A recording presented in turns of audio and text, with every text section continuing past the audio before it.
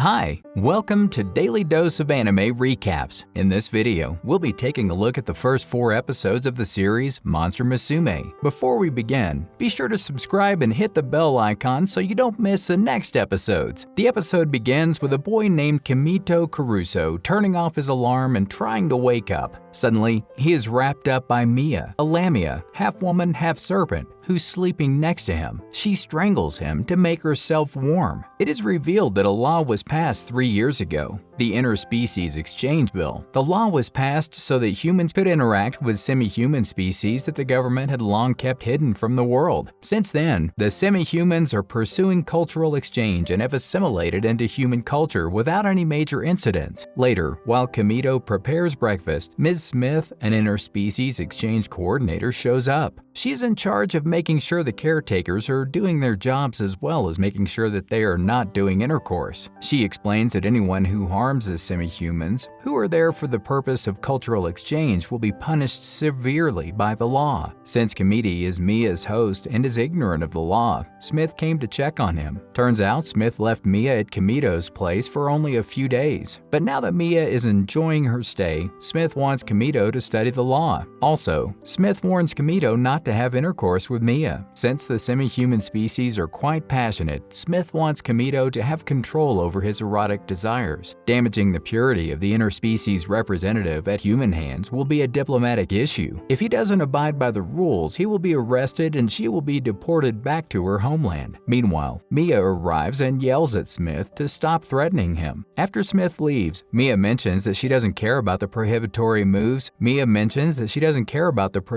rules because she fell in love with Kimito from the first day. While most of the people feared her for being half snake, Kimito accepted her and let her stay with him. So Mia wraps around Kimito and tries to get intimate with him, but the latter screams in pain after hurting his arm. The following day, Ms. Smith tells Kimito that as Mia's host, he's responsible to show her around the town, stay with her every time, and assist her. Since the laws state that the exchange species and caretaker must be everywhere together, Kimito and Mia visit around the town, have lunch together, and play arcade games. Not only that, Mia takes Kimito to a lingerie shop despite his refusal. Later, when some people start to make fun of Mia, she gets mad and is about to attack them. However, Kimito stops her, saying she will be deported if she hurts humans. Just then, the people start clicking pictures of the two, prompting them to flee from the place. As they run, they arrive in front of a love hotel and decide to hide there for a while. Inside, Mia tells Kimito that she thinks humans still don't like her species, but appear to be nice because of the law. Then she takes off her robe and asks Kimito to make love to her. However, he is hesitant. Just then, Smith bursts through the wall with some guards and says they found out about them through Twitter after people posted Mia's picture. As they exit the hotel, the same people making fun of Mia before show up. They mock her again, but this time Kimito punches them hard. Back at home, Kimito tells Mia that he will always view her as a girl first and not Lumia. This makes Mia very happy and she jumps into Kimito, asking him to make love to her again. However, Smith interrupts him. The next day, a harpy named Poppy, half eagle, half woman, abducts Kimito and takes him away to a park. She explains that she's not allowed to go out until she memorizes the interspecies exchange law, so she doesn't have a host family yet and ran away when the coordinator was busy. Turns out Poppy had run away multiple times earlier, but never got into any trouble. Poppy also mentions that the coordinator had threatened to deport her if she runs away next time. Shortly after, Poppy starts to cry and Kimito gives her an ice cream. However, the clumsy harpy spills it all over her body and undresses to clean herself in a nearby fountain. Kimito realizes that Poppy is unaware about human society as she bathes naked in front of the people in the park, who are amazed to see her. When Poppy drags Kimito into the water, Mia arrives and berates her for taking away her love. In no time, the two start fighting over Kimito and make a scene. Suddenly, the crowd turns around and sees a scared little girl hanging on a tree branch. Wasting no time, Mia slithers around the big tree and manages to reach the girl. However, the little girl gets scared and slips her hand. Before she could fall to the ground, Poppy flies and grabs her. Sadly, her wings are wet, so she can't land smoothly, but Kimito helps her, and the three eventually save the girl. As the crowd cheers for the interspecies, a police officer arrives and asks about their host family. Since Poppy doesn't have one, Kimito claims that he is the host to both Mia and Poppy.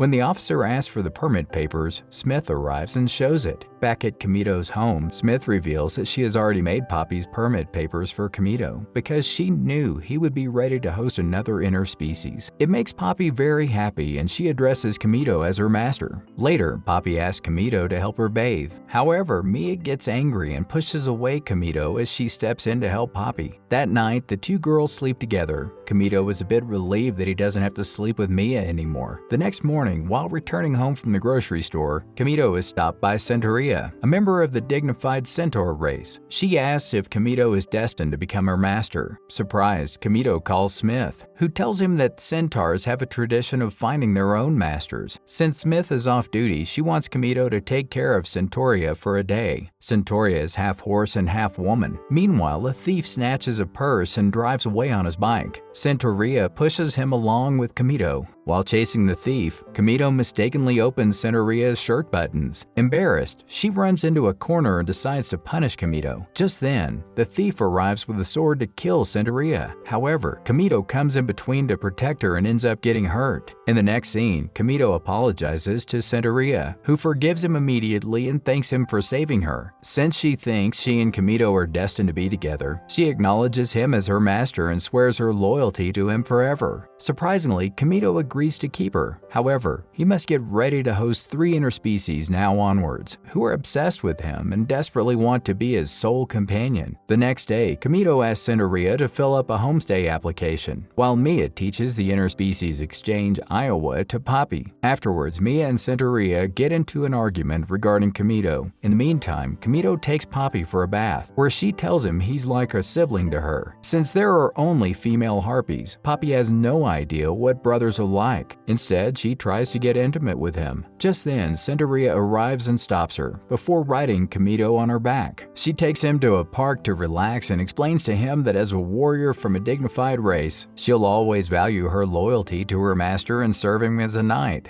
Despite Centaurea's culture, Kamito reminds her to take advantage of the interspecies exchange law and learn more about human culture and behaviors. While Kamito asks if there's anything she wants to do, Centaurea sees a couple holding hands and requests he do the same. Kamito obliges and holds her hand. Unfortunately, Mia and Poppy arrive here and start fighting with Centaurea for taking away Kamito from them. Meanwhile, Smith, who is passing by in her car, sees the girls fighting over Kamito. Enraged, she points a tranquilizer gun to shoot the girls. However, Kamito, who doesn't want to hurt the girls, comes in between and gets shot. Back at home, the girls feel guilty and apologize to Kamito. They promise not to cause any trouble to him. Surprisingly, Kamito says he's not mad at the girls and blames Smith for being careless and making them stay in the same place despite their differences. He calmly reminds the girls that learning to overcome problems is part of a homestay and considers the girls as his family. Hearing this, Smith mentions that there has been a slight modification in the interspecies exchange law, which allows humans and the other species to marry. She explains that Kamito can marry either Mia, Poppy, or Centaurea. It's because marriage will become an unavoidable part of interspecies relationships. Taken aback, Kamito yells at Smith for forcing her decisions on him every time. Later that night, Mia and Poppy force Kamito to mate with them, presuming they are going to marry soon. Just then, Centaurea bursts through the door and pushes away the girls. Since Mia and Poppy are acting bizarre all of a sudden, she explains that it's a full moon night, so their instincts are fully awake. She assumes that after the marriage thing came up, the girls must have lost control of themselves. However, shortly after, she also starts to behave the same. Scared, Kamito runs away from the aroused girls and locks himself up in the kitchen. Then, he calls Smith and yells at her for not informing about the full moon incident. Suddenly, the 3 girls barge in and capture Kamito. He tries to defend himself but ends up falling to the ground and getting hurt. The following morning, Kamito thinks a lot and tells the girls that he will date all 3 of them as potential marriage partners. The girls get excited and look forward to marrying him. In the next scene, Mia gets attacked by a slime. Centaurea explains that slimes are species still unrecognized by human society. After a while, the same slime appears and tries to attack Kamito, but Centaurea steps in and uses her sword to destroy it. However, the slime bursts and splashes all over Kamito and Centuria's bodies. Afterward, the two of them go for a bath in order to scrub the slime off their bodies. Centuria assumes that the slime must be probably looking for water, since it was in the water pot and then in the sink. Suddenly, they see the slime on the ceiling. Before Centuria can attack the slime, it changes into a woman. Turns out she's a humanoid slime. She tries to give a bath to Kamito and hugs him tight until he starts suffocating. Kamito immediately pushes her into the bathtub. As soon as she touches the water, she is diluted into her creature form. As they plan to inform Smith, the slime woman reappears and bursts into everyone, making them wet and sticky. Though Mia and Centuria dislike her, Poppy is friendly with her and even names her Sue. Since Sue is a slime, she can't wear clothes because they get wet, so Kamito decides to make her wear a raincoat. Later, Kamito, Mia, and Centuria discuss if they turn Sue over to Smith, the government might put her under prohibitionary supervision or even imprison her for being an illegal immigrant. Suddenly, Poppy picks up Sue and flies out of the window. Kamito also runs after them immediately. A little further, when Sue sees the river and gets scared, she struggles and falls to the ground. But thankfully, Kamito arrives just in the nick of time and saves her. Since Sue had melted in the bathtub, Kamito realized that she fears water, so she panicked after seeing the river. Kamito yells at them for running away, but Poppy explains that she was worried he would send Sue to prison. Meanwhile, some kids come over and ask Poppy to play with them. It is revealed that